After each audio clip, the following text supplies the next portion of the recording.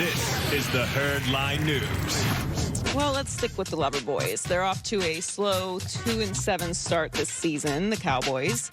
And Stephen Jones was also asked whether the new head coach, Mike McCarthy, would be safe regardless of how the 2020 season ends. You got to take a deep breath on these things and certainly, keep your confidence in the decisions that you've made. And Mike started, similarly, very similar in Green Bay in terms of his first year there, and they finished strong. And certainly that's our goal here is to finish strong and compete in the East, and we'll go from there. You can certainly make the argument that his first year with Aaron Rodgers, they were, I think, 6-10. They were 4-8, and then they won their final 4 games, and then they were in the NFC Championship game the next year at 13-3. Good argument. Garrett Gilbert is not Aaron Rodgers. No. I think that's not probably revolutionary news to anyone. But it's a good sales pitch if you're Mike McCarthy, is just go back to my first year. It didn't, wasn't all great. No, I do. I don't know that things have gone the way that I expected them to go this year. Obviously, you don't have Dak Prescott, so it's really, when you lose your franchise quarterback, it's kind of impossible to evaluate what a team is. Yeah. That said, they were struggling when Dak was there playing, and it doesn't seem like they've had it together at any point this season. But I don't think that you can bail on Mike McCarthy after 1 year. I don't know that there was ever a chance that would happen unless something really, really dramatic happened. And once Dak went down, it kind of went out the window. You've got to give him another year at least.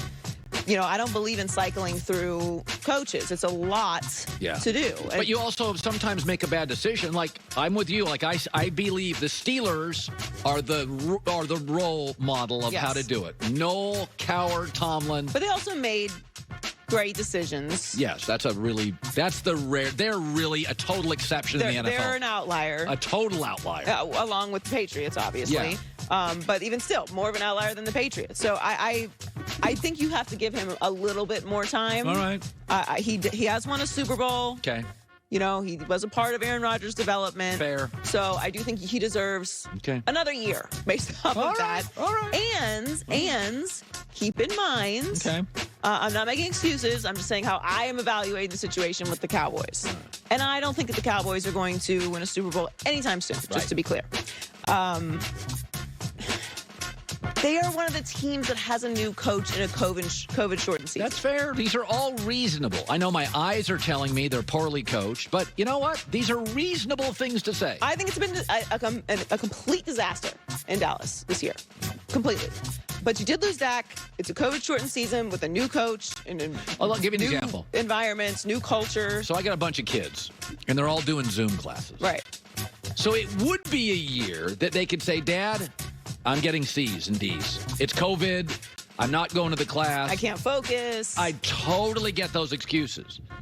But what Dad is saying is, well, you have less time to screw off, and so you can get A's. It's just going to be a little harder.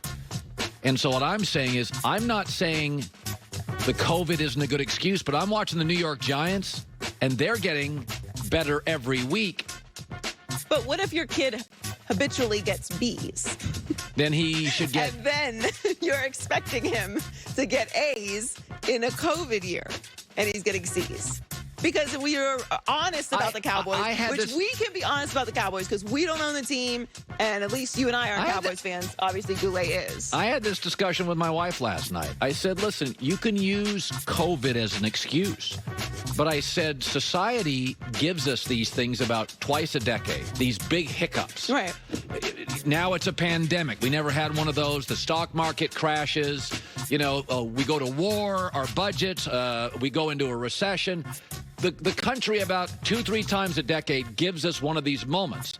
And my takeaway is, as my dad used to say, recessions are the garage sales for the well-prepared.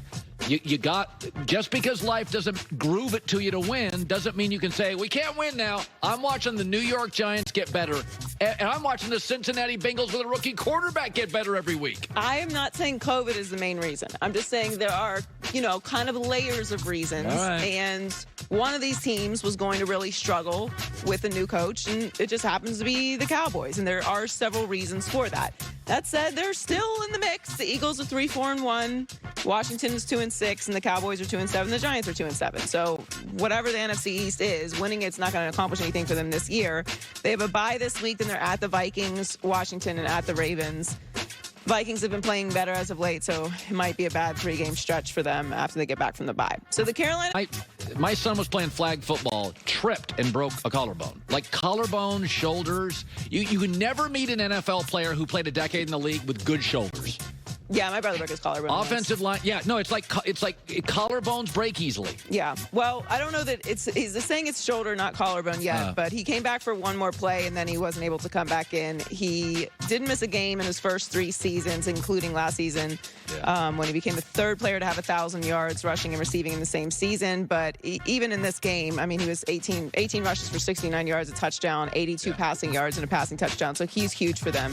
So hopefully he's able to come back for their next stretch. So Trevor Lawrence has been the presumed #1 pick for a while now, and he was asked about his future on Monday, and he clarified he's leaving his options open. My mindset is the same, and I really don't want to talk about it anymore, honestly. I'm just trying to enjoy my last few months here, if that's what it's going to be.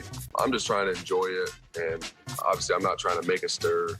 I don't want any more people talking about me than they already are, so my thing is I'm just never going to corner myself to where I have to do something just because of something I said in the past.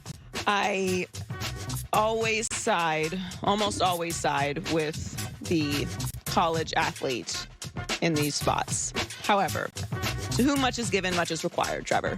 And you are going to be the #1 overall pick in the draft whenever it is that you choose to enter the draft. And the talking about you is only going to increase once that happens. You have now passed over into a space of transcendence.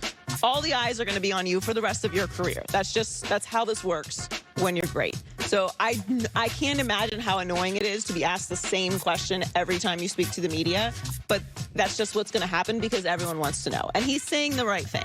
Yeah. He should leave all of his options open. I think there's a 1% chance he goes back to Clemson next year. I do not think that he should do that. The injury risk is tremendous once you get into that space. So I do think he's going to enter the NFL. He's right to say this because he wants to keep all of his leverage, and he should. But people are focusing on everything that he does. There's a reason for that. He's the best player in college football, and that's what's going to happen. So I think he's right to say this. I don't think he's going to go back to Clemson, though. Joy with the news. Well, that's the news. And thanks for stopping by. The Herd Lie News. 3 Super Bowls and a 2-time Pro Bowler. He's also one of our broadcasters, Fox Sports NFL analyst Mark